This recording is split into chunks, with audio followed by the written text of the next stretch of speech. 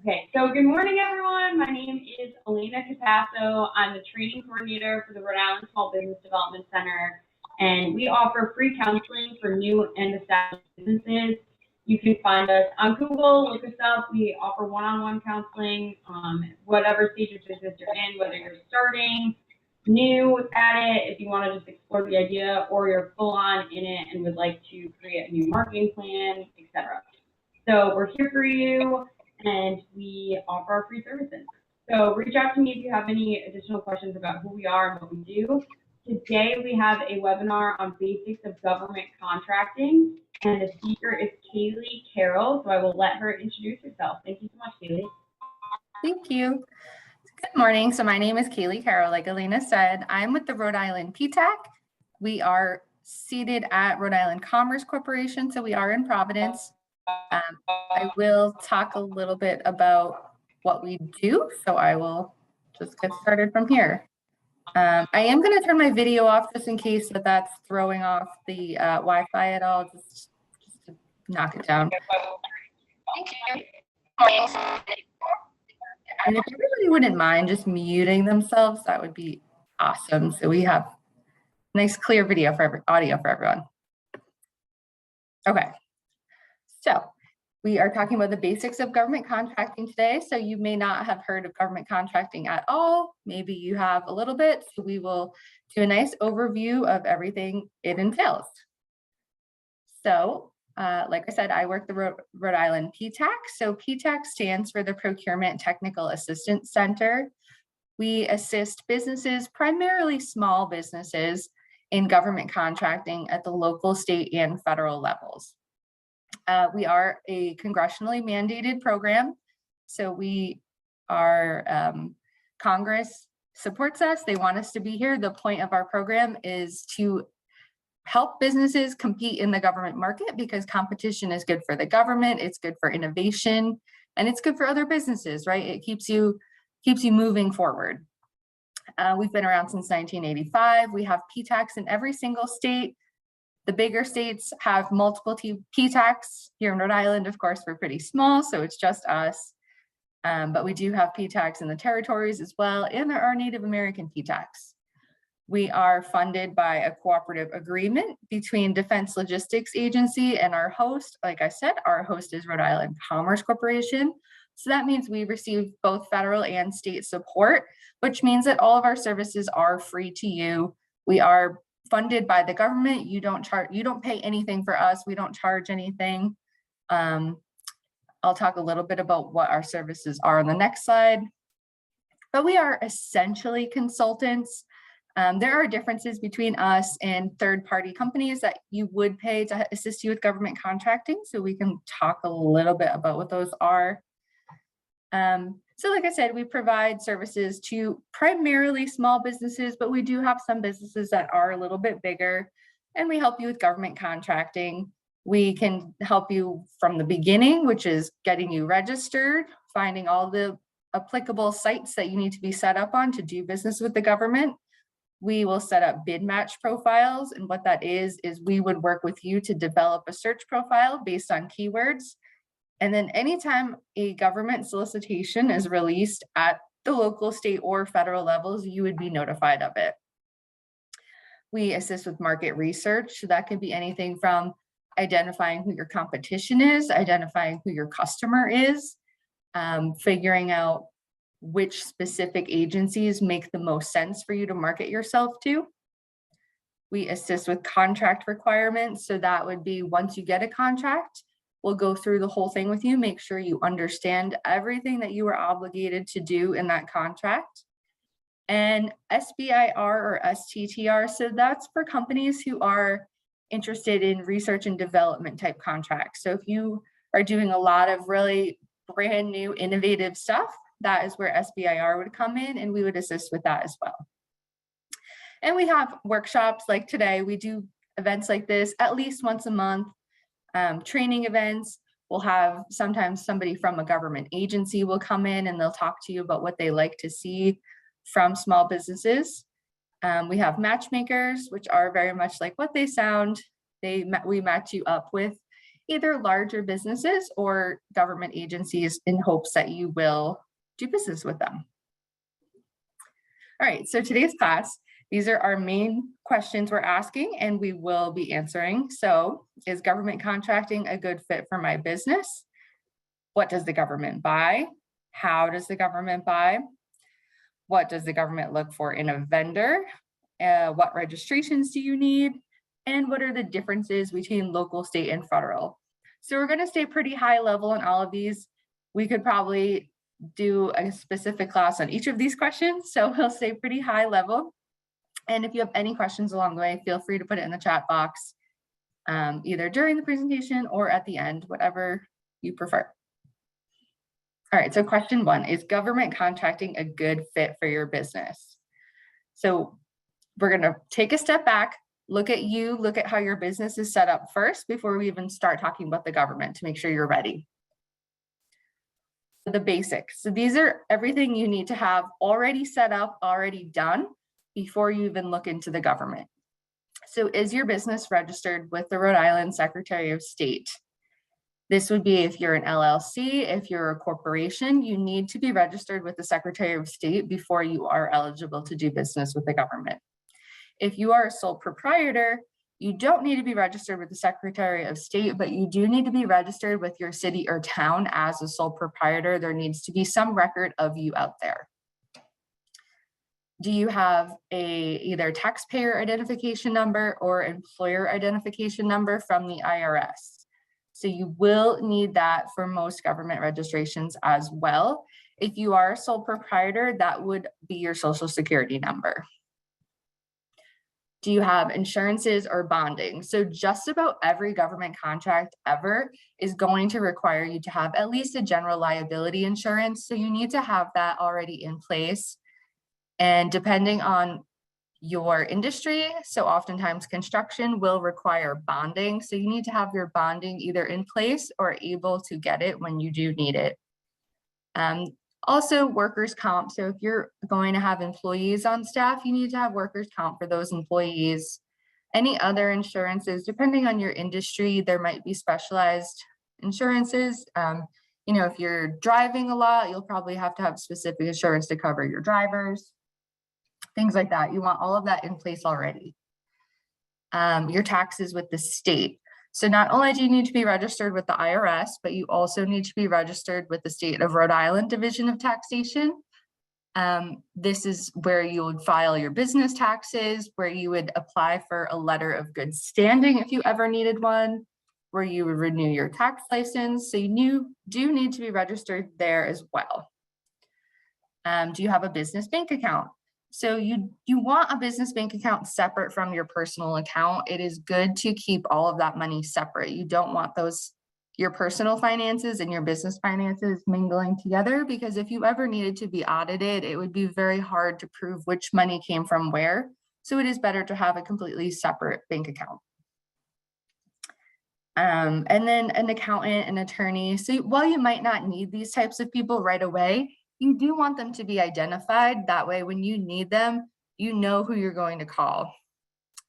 It's so much easier to have them known already than waiting to the last minute and just calling a bunch of accountants or a bunch of attorneys because you're in a situation and you need some help figuring things out. It's just going to be a lot easier in the long run. All right, so if you have all the basics done, that is awesome. That is your first step. So then we want to look at experience. So usually when you are looking to do business with the government, you've already done some business in the commercial market first. You want to prove that you know what you're doing, you know how to provide your product or service, because in the government, if you are awarded a contract, you are obligated to provide those services or that product. You want to make sure that you are absolutely able to do that. No excuses, no reasoning. You have to provide whatever you said you would provide. Do you have the skills to run your business? Meaning you might know exactly how to do your specific service or you can make your product, but do you have the skills to do everything else? The administrative, bookkeeping, any accounting, any reporting, Any human resources dealing with employees? Do you have the skills to do that, or do you have those people on your staff? Cyber is a growing concern. So it depends on which business or which agency you want to do business with. You will have to worry about cybersecurity sooner than later when it comes to government contracting. This is a growing area of concern for the government because there are so many cyber attacks, and the easiest way for adversaries to get to the government is to make their way through small businesses who don't have strong cybersecurity practices in place. So you do want to think about that too when you're starting to look into the government. Because if you don't already have the basics of protecting your passwords and protecting your email and things like that, that's an easy way for you to just click on one bad email and then that can make its way to the government. Do you have the staffing or capacity needed? So if you were awarded a contract that you've been on, but you need 5 new employees, do you have those people ready to go? Maybe they're not employees, maybe they're 1099s, that's okay. But do you have them ready to go when you start that contract? If you don't, and you can't perform the contract, that is a black mark against you, and your contract can be terminated for default. And that's something you want to avoid at all costs. If you are awarded a contract, you want to make sure you can perform the whole thing on time and on budget. And do you have the time to commit? So government contracting takes a lot of time. Generally, we tell our clients when they're first starting out, it's probably going to be 12 to 18 months before you ever see your first contract. Well, that's not always the case. I mean, some people definitely, they're ready to go. They hit the ground running, they get it sooner than that. 12 to 18 months is pretty average because you need time to learn the rules of government contracting. You need time to get your name out there. Bidding on, you might want to bid on a couple of things, knowing you're probably not going to win, but just to get an idea of what the process is like and to learn from them. So it is a lot of time. It's not a get rich quick scheme. I know a lot of people want to do business with the government because they know the government pays great rates. While that might be true, you still need to learn all of the back end before you finally win that first award. Are you commercially viable? All right, so are you likely to be around 5 years from now? Do you have enough profit to sustain you? Do you have a solid customer base? So this is why I say you generally want to have done business in the commercial market first and make sure that you have those consistent customers that are going to keep you running until you get that first government contract. Do you have a solid supply chain? So if something happened and your suppliers that you use now for whatever reason can't provide those materials to you, do you have a backup? Do you have extra consultants or something you can call, you can bring in to perform that contract? And do you have a market strategy? Do you have a direction? Do you have a business plan? Do you know what your goals are in the next year, 3 years, 5 years, and how you plan on getting there? You want to have some kind of growth strategy, market strategy, direction. And if you don't have that, that is something SBDC can help you with. We do refer clients to SBDC all the time. And this is exactly what they can help you with, setting you up for success from the get-go. And the last thing in this section, your product or service. So is there a market for your product or service? So you want to take a look at what you're offering. Are you going to be able to compete effectively in the government market? And we'll talk a little bit about this on the next slide too. Is it something that the government will buy? So is it something that they're just going to buy once and probably never buy again? Or is it something they consistently need?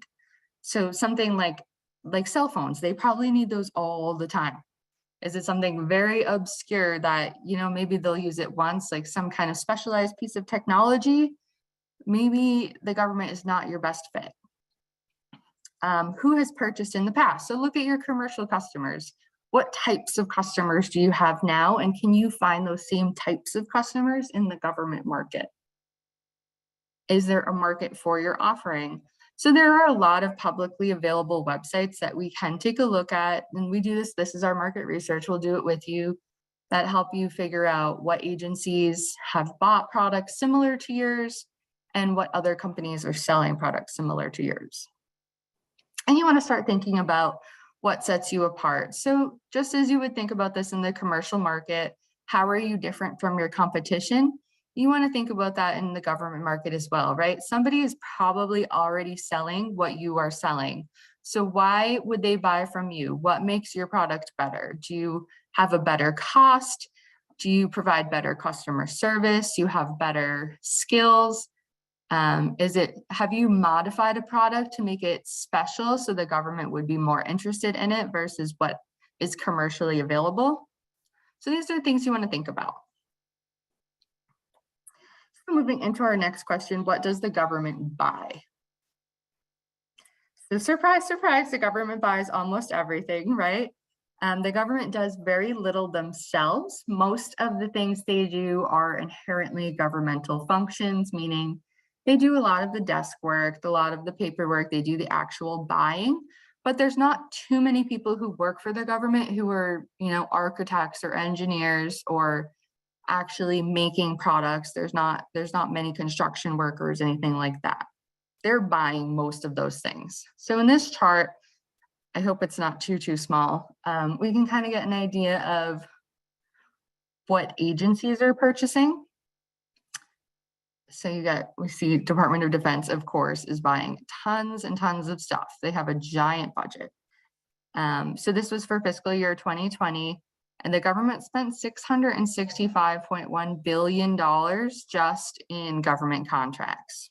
All right, that's not everything else. This is solely contracted things that they had to buy out. So the scope of the market, it is all federal, state, or local municipal government agencies. So anybody who's using tax dollars, that's going to be a government contract. And this 665 billion, this is just the federal level. This doesn't include all of the purchasing done at the state or municipal levels. There's just so much there that it's probably not even possible to put a dollar amount on, but I would hazard a guess and say it's probably over $1 trillion in spending when you add up all of the state and local spending together. So lots of stuff, right? Lots of stuff.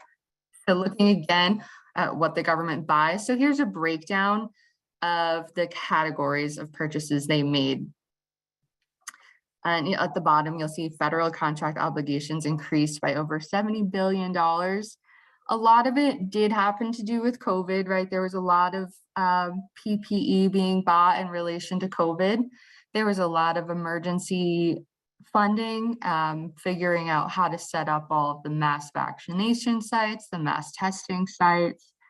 And its largest increase in defense spending, that is largely because the defense industry did do a lot of that, right? If you think about the National Guard, they helped out a lot. There was a lot of National Guard work going on to keep us going during COVID, right? So looking at the civilian agencies, we look on the services side. So professional services, those are things like architecture, like engineering. That could be any kind of like environmental consulting. That's generally what falls under professional. Operation of R&D facilities. So again, if you're into research and development, that's a lot of the R&D type stuff happening under there. Operation of miscellaneous buildings. So that's probably like actually keeping the lights on, keeping the buildings running. That could be things like HVAC systems. That could be things like landscaping, facilities maintenance, any of that.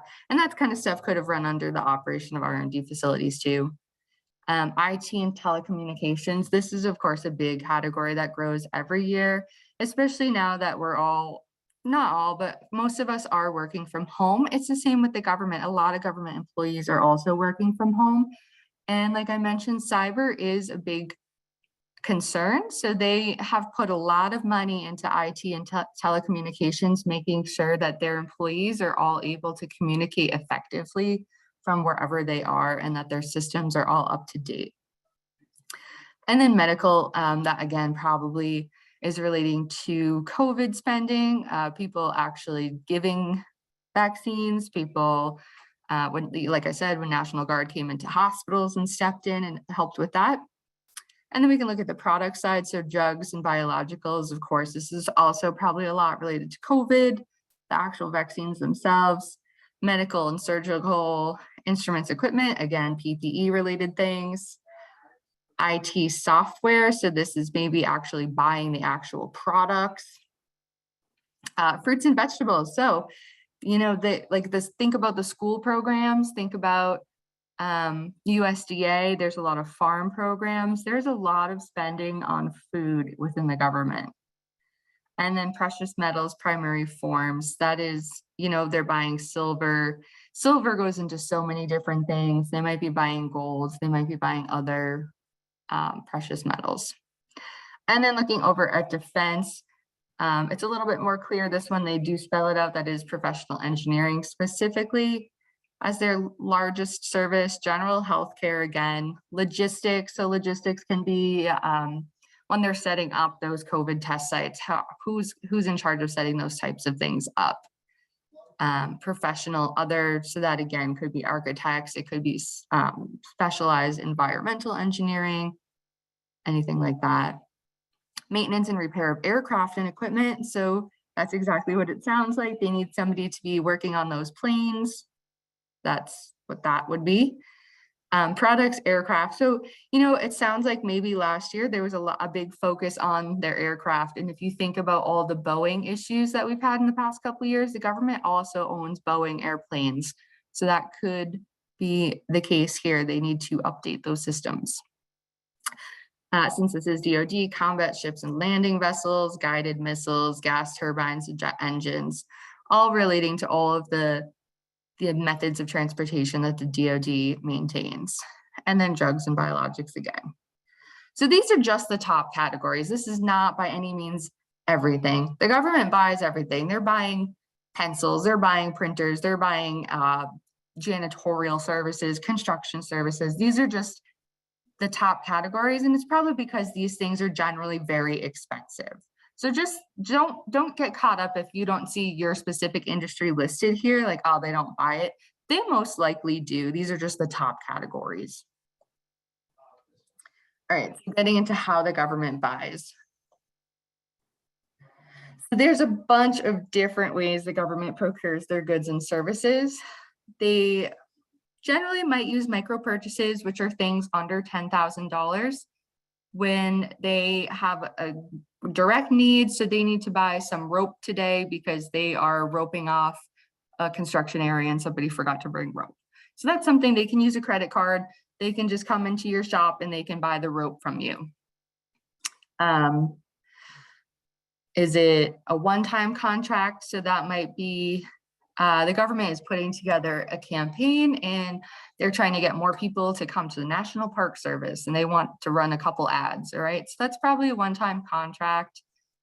Multiple award contracts. So that might be something like they are going to buy engineering services because they have a couple different locations where they want to either build a new building or renovate some existing buildings, but they don't know exactly how much work will be entailed there. So it'll probably come under something like a multiple award contract. And then there are government-wide acquisition vehicles. So these are giant contracts that anybody in the government can purchase off of. So you might have heard of GSA schedules. A GSA schedule would be considered a GWAC or government-wide acquisition vehicle. Something like a GSA schedule, even the state and local agencies can purchase off of those if they would like. They usually run about 10 years or so. So that's something you would get on once and you're on it for the next 10 years. It's a big contract with a lot of opportunity. But of course, there is a lot of effort that goes into getting on that contract. When did they buy? So again, is it a one-time need? Going back to they need a piece of rope for a construction site today. So that's a one-time need. They just need it today. Is it a recurring need? So going back to the engineering services, that's something they know they needed a couple times. Is the need unclear? So this is where something like R&D might come in. So they know that a process they do or a product they have could be better, but they're not really sure how it could be better. So they're looking for some ideas on how it could be better. And that's where SBIR type contracts could come in. They have a general idea of what they want, but they are leaving how to get there up to you. Is what they're buying, does it require maintenance or upgrades? Is it something like cell phones where they're going to need to update those every couple years or so? Those are probably going to come under something like a government-wide acquisition vehicle, where they can keep going back to the same vendor again and again if they need, or they have the option to say, hey, I didn't like this vendor. I want somebody else who provides exactly the same services.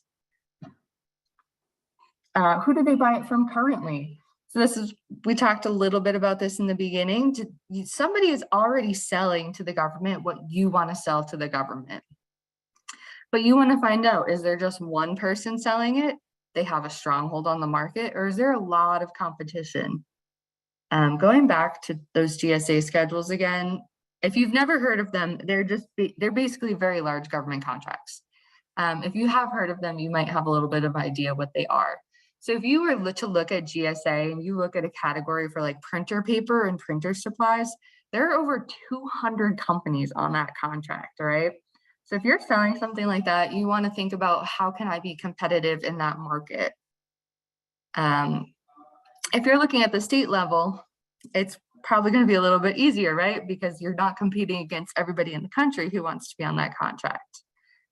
So you want to look at your competition, know who is already selling what you want to sell.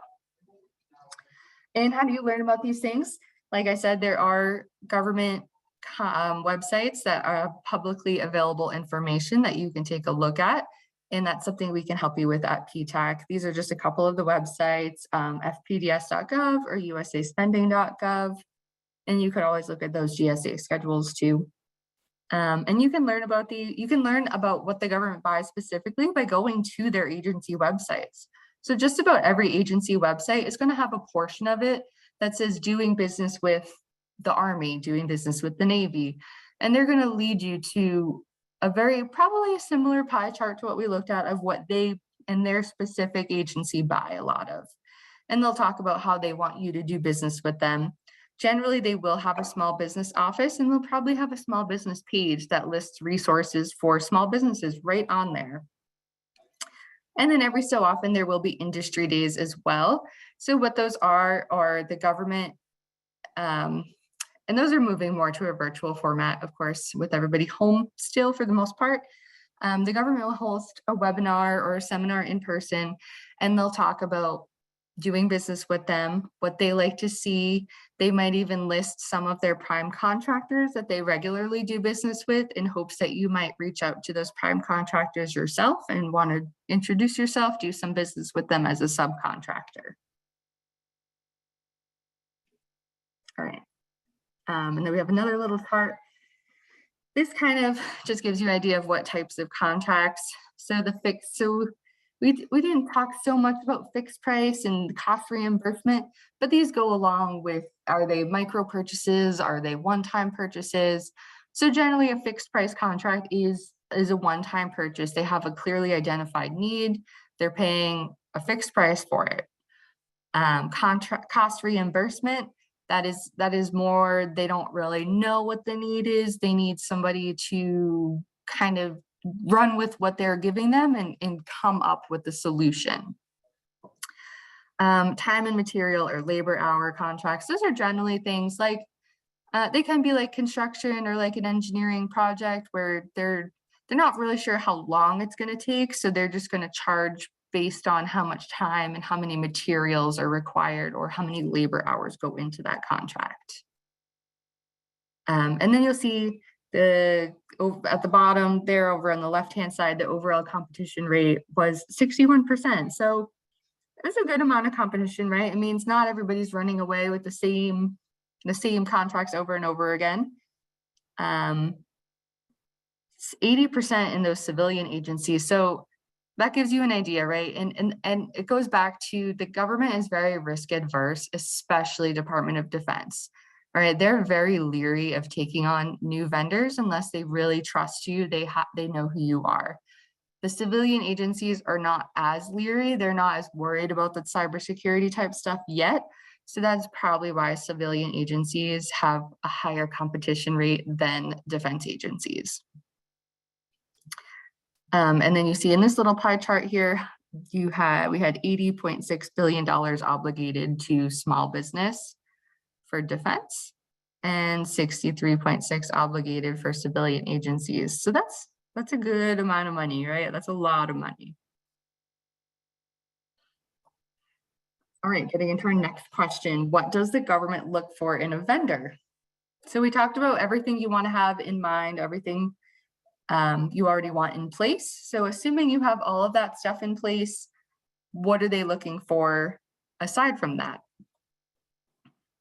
So first of all, they want you to be eligible to do business with them, meaning you have good character, meaning that they can call your references, they can call your previous employers and ask, was this person, did they deliver a contract on schedule? Did you have any problems with them? If they were to do a background check on you, you're going to pass it without a problem. If they need to do some kind of security check before you are allowed on a government base, you're going to pass that without a problem. Suspension. So that goes back to talking about, have you ever not been able to complete a contract on time? Has something happened over the course of your contract? Were you suspended? So something, you did something wrong, right? If you did something wrong, government's probably not going to do business with you again, at least for a couple years. Debarment is similar to suspension. So you mishandled money, you lied about if you could do the work or not. Those are things that could go to suspension or debarment. Good standing. So good standing generally means with the IRS or your state division of taxation, meaning you're up to date on all of your taxes, you're up to date on your workers' comp, you don't owe any money anywhere. That's generally what they mean by good standing. We do have some questions. So before I move on, let me take a look at the Haley, I was just going to say to you, we have one question, and they asked, for a startup company, can you use your key employees experience? So that's a great question. I don't know if I talk about that, so I'll answer that. Yes. So if you are a startup company, you can use your personal experience from your previous job. Guessing that probably you were in the same line of work that you are in now, you started your business. If you do have some employees who were in that line of work before as well, yes, you can use their experience, depending on the job. So sometimes you will see specifically, and this happens a lot at the state level. I see when the state puts out things like their master price agreements, that they specifically want like 3 jobs of a similar size in the past 5 years. And sometimes they will specify that it has to be by your company. But if they don't specify that, generally that counts. And especially at the federal level too, they can't use a lack of experience against you. But I think that will weigh in their mind when they're thinking about your technical expertise or whatnot, if they believe you can do the job or not.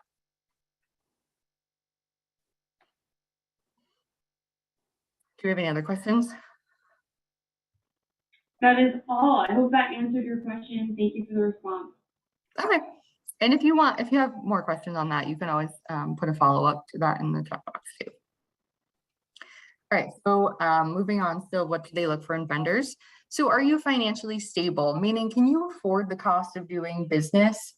So this kind of goes back to, do you have a stable client base? Are you going to still be in business in 5 years if you are awarded a 5-year contract? Do you have access to capital? So a large percentage of entrepreneurs do not have access to bank loans or capitals at the time of startup. And almost 65% rely on personal or family savings for startup capital. You kind of want to try not to do that, right? You want to be able to get those loans with the bank. You want to be able to get those lines of credit with your suppliers. And if you are having trouble with this, this is also something you can reach out to SBDC for help with too. I know in the past we have had clients work with SBDC to get lines of credit. So you can, and there are SBA backed loans too.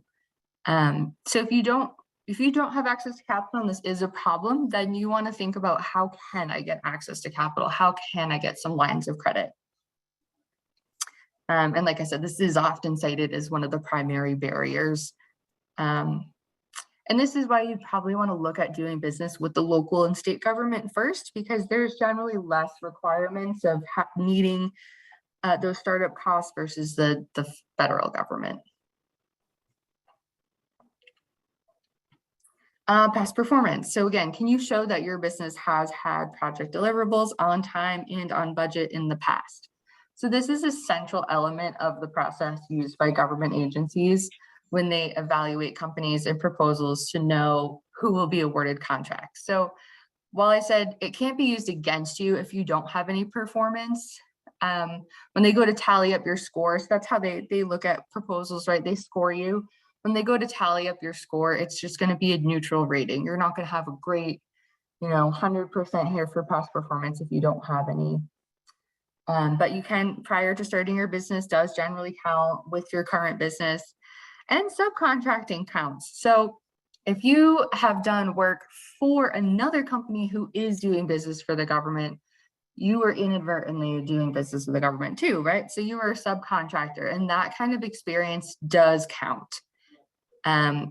So that's something where if you don't quite have any experience yet, you might want to identify some of those companies who are prime contractors, meaning they are receiving the awards from the government. Reach out to them and see if you can do some work for them for a little bit to gain some past performance before directly bidding on government jobs. Or teaming. So meaning, you could team up with another small business and you can bid on a contract together. That way you have a strong team, right? There's you and there's another company behind this team. You are both working on the contract.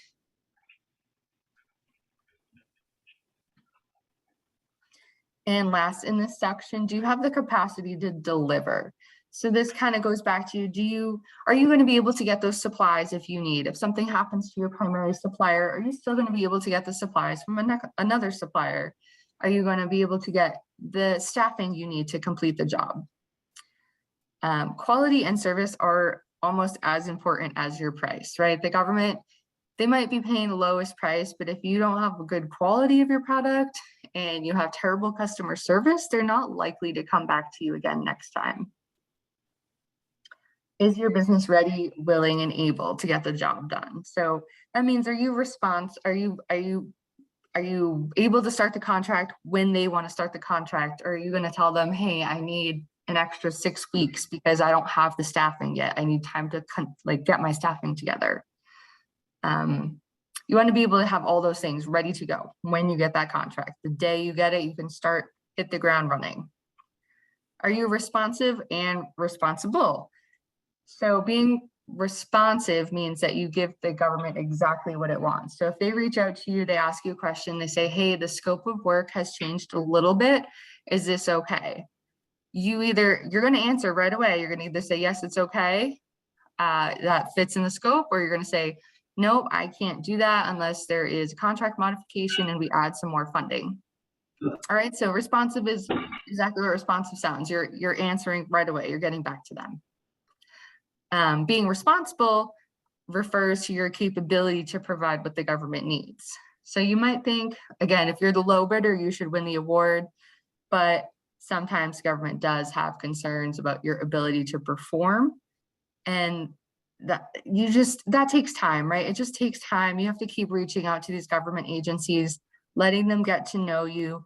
They'll probably give you very small contracts to start just to prove that you are responsible, you do deliver on time, you do provide exactly what you say you're going to provide before they start trusting you with those larger sized contracts. Keely, we have another question. Yep, absolutely. Did you indicate that winning bids for previous procurements are public? For example, one can get a sense for what other vendors are offering. So you can find out what vendors have been awarded what contracts. So and you can see the dollar amount, but you're not going to usually see the specifics of it.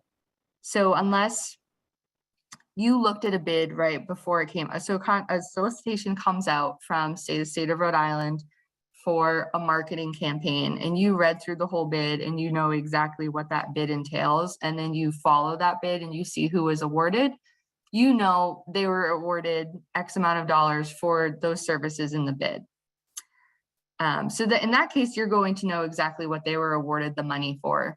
In other cases, when we do market research with you and we're just trying to get a general idea of what agencies are, or what your competitors are doing for business with agencies, we're going to see dollar amounts and we're going to see time periods, and we're going to get a very high level description of what service they provided or product they provided, but we're not going to get the nitty gritty specifics. Does that answer your question? So it is publicly available. You can get a good general idea, but unless it's something that you were following from the very beginning of the process, you're not going to know exactly what that vendor was paid for. Their actual award documents are not public. It is just who won the award and how much the award was for, and in general, what it was for. That answered the question. Thank you. Awesome. So our last little section here, what are the differences between local, state, and federal? And what do you need for each? So we kind of hit this in the beginning, right? Those registrations that you will need, at least to do business for the state of Rhode Island. So doing business with the state of Rhode Island, again, you do need to be registered with the Secretary of State and the Division of Taxation, but you will also need to be registered with the Rhode Island Division of Purchases. This has changed over the past couple years, so it's possible that you were doing business with the state like 10 years or so ago. You probably registered an RIVIP then, if you did business way back when, and RI Fans, which was the financial portion.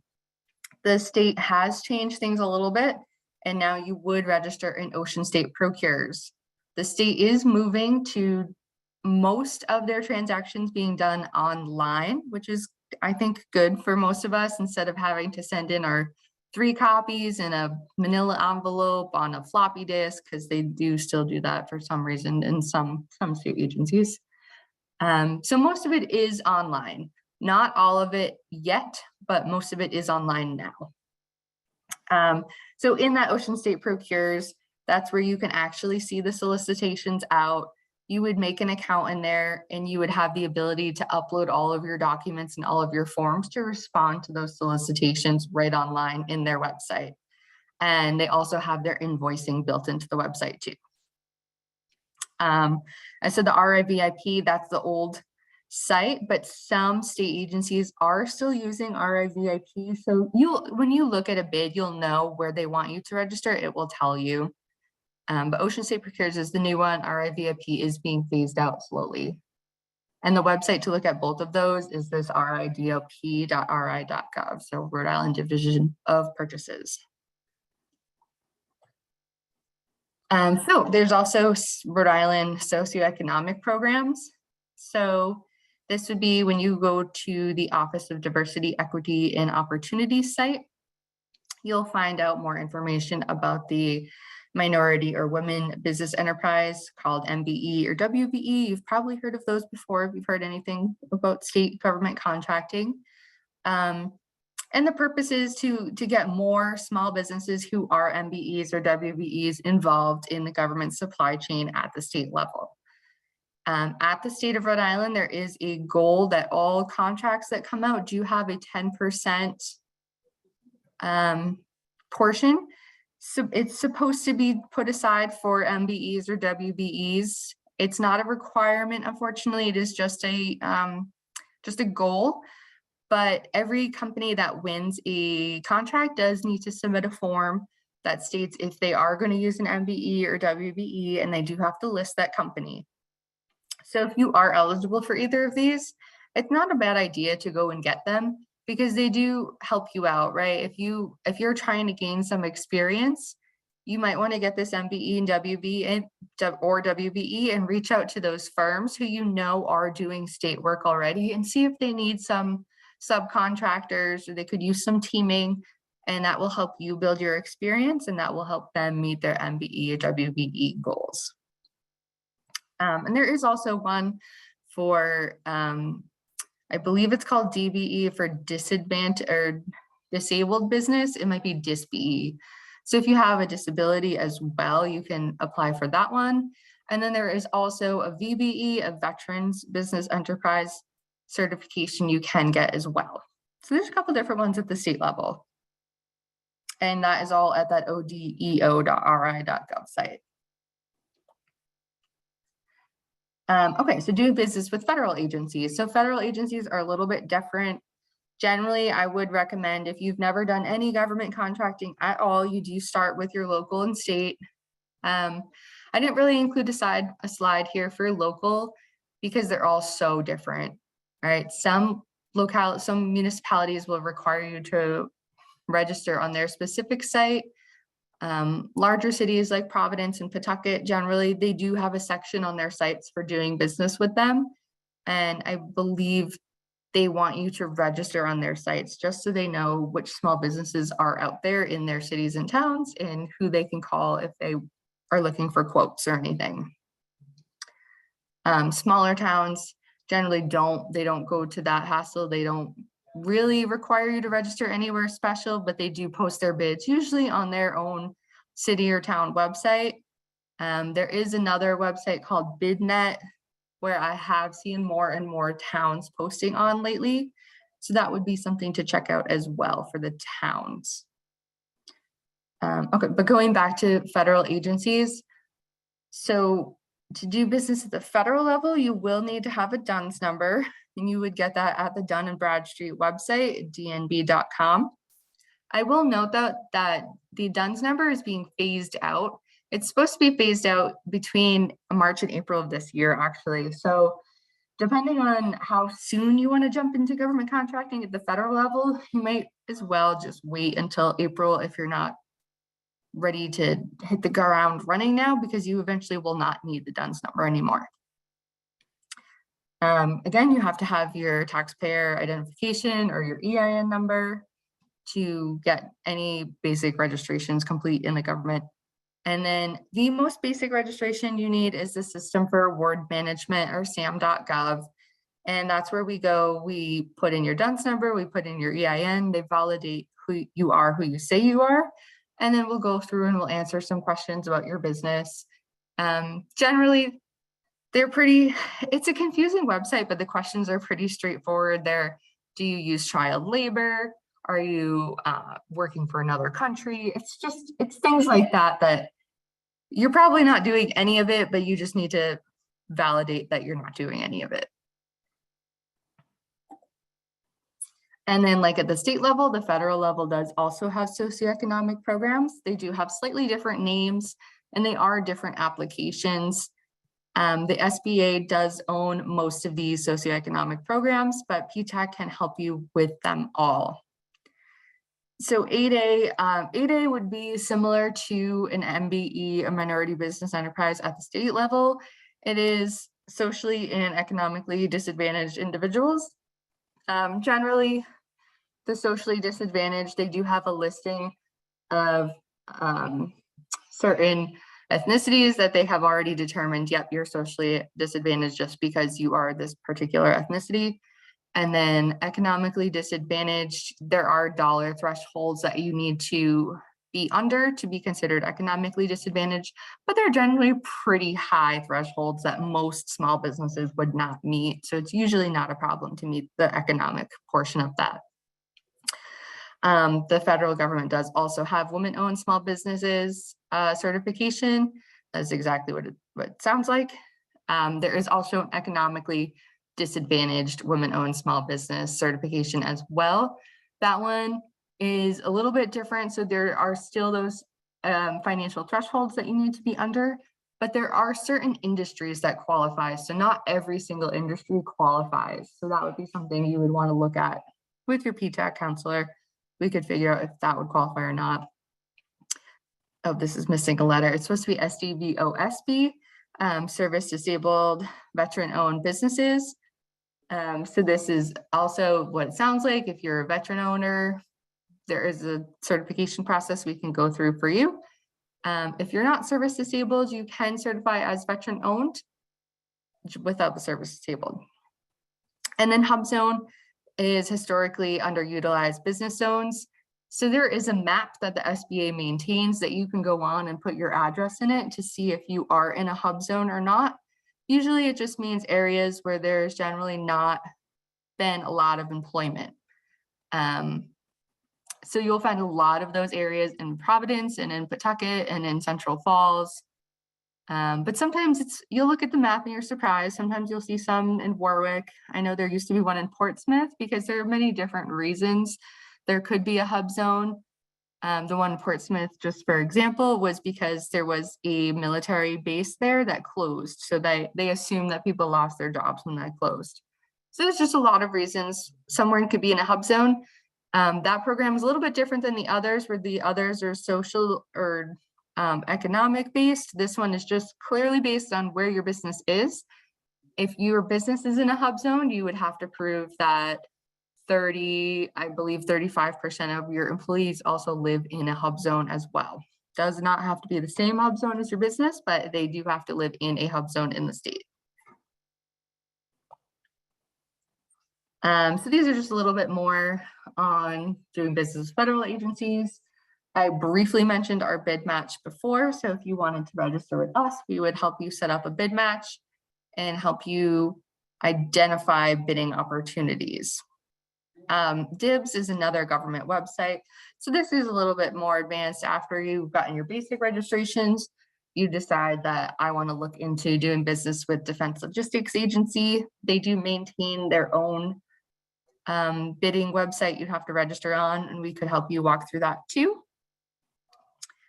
SAM.gov is also good. Besides registering there, you can also view any currently listed opportunities. So there's a couple different sections of SAM.gov, and you would go to the contract opportunities section, and there's different filters you can add if you want to limit it to Rhode Island, if you want to limit it to your industry using your NAICS code, that's your North American Industrial Classification System code. You could limit it down using those filters. And we do have an entire different workshop just on SAM.gov. So that's another topic for another day. Doing business with Prime. So like I said, you might want to do business with some Prime contractors before actually getting into the government directly. And some of those Prime contractors do have their own corporate vendor portals. They might call them supplier portals. And it's kind of like you would at the state level. You're going through, you're updating information about your company. You might be putting in your company capabilities. They might ask you for some references or some examples of work you've done previously. And then they'll maintain those databases. And when they have work, they can reach out to the companies who are already in their databases. Capability statement. So we have another workshop on that too. What that is, it's basically a resume for your business. It's just a one-page document that will give an overview of what you do, what your company does. You might put some past performance examples on there. If you have a WBE or an MBE certification, or if you have any of those federal certifications, you would put that right on the document too. Insurances and bonding, we kind of covered that at the beginning. Those Prime contractors are also going to look for your insurances. So you do want to make sure you have that all settled regardless of who you're going to do business with. Financial statement. So sometimes Prime contractors will ask for some financial statements. And this is similar to the government. They want to make sure that you're not going to go out of business next month, next year, in the next 2 years. If they're going to do business with you, they want to make sure you're around to stay. So they might ask you for some up-to-date financials just to see what your cash flow looks like, to make sure you're not dragging yourself in debt every month. That's generally the reasoning. And cyber compliance. So like I mentioned at the beginning, this is getting more and more important as time goes on. So is your business cyber compliant? And there are resources out there. There's a lot of resources. There's a lot of guides on how you can at least start getting cyber compliant. You can get the basics handled. And that's something PTAC can help you with as well. So our conclusion, these are just the main takeaways of today. Know what you're getting into, right? There's a lot of stuff when it comes to government contracting, and local, state, and federal are all so different. So if you don't know anything at all, again, probably start with the local and state kind of work and get your feet wet there before moving on to the federal level. Be prepared. So just, learn about what it is like to do business with the government. You came to this workshop today, so you learned a lot today, right? But this again was just a high level overview. So familiarize yourself with the state websites, with the federal websites, with the agency websites. Know what they're looking for, what they want from you. Be patient and flexible. Like I said, this is a long time commitment process, right? It's going to take a while, but it can be worthwhile. Absolutely. Once you start doing business with the government and they trust you, they're probably going to continue going back to you. It's a long time to get those relationships built. Be ready, willing, and able, like we said. If you are bidding on a job, make sure that you can do that job. And call your PTAC counselor when you get stuck. So if you are not a PTAC client, you never heard of us before today, that is great. This is a great introduction to what we can help you with. So if you're interested in registering with us, you can always reach out to me after the fact. You can ask Elena for my information, whatever works for you. So this is just us. This is our PTAC staff. And if we have any other questions, we can talk about them now. Okay, so we do have a couple of questions. One is from Linda and one is from Elena, which is awesome to see my name spelled the same way. Okay, so Linda said, as a solely online platform working out of their home, do they register their business in the state of their home address or the state they are incorporated, which is Delaware? So you're incorporated in the state of Delaware, but are you primarily doing business in the state of Rhode Island? Because if so, you do need to register again with Rhode Island Secretary of State, and you would just register as a foreign entity because you're registered in Delaware. Okay, thank you. That helps. Okay. And then from Elena, we have, where can we find these prime contractor / supplier portals? And she has fpds.gov. So to find the prime contractor portals, you're generally going to go to the prime's website. So for example, if you wanted to do business with Electric Boat, you're going to go to the General Dynamics Electric Boat website, and they're probably going to have a link right on there to their supplier portal. A lot of the larger companies like Electric Boat, like Lockheed, if you want to do business with them, they're going to have their portals right on their website. But if it's a company that's maybe not that big, but they are a prime contractor, you're just going to want to load to their website and try to find some contact information and just reach out to them.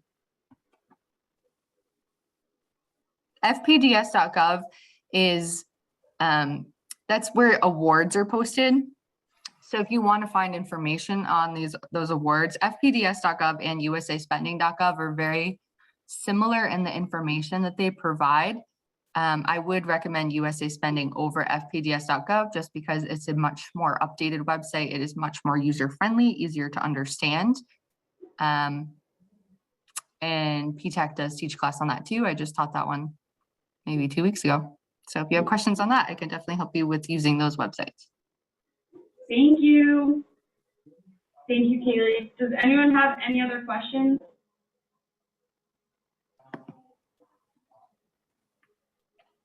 Great. All right, looks like no other questions. So thank you so much for attending today, everyone. We really appreciate you being here and your time. If you have anything else, feel free to email us.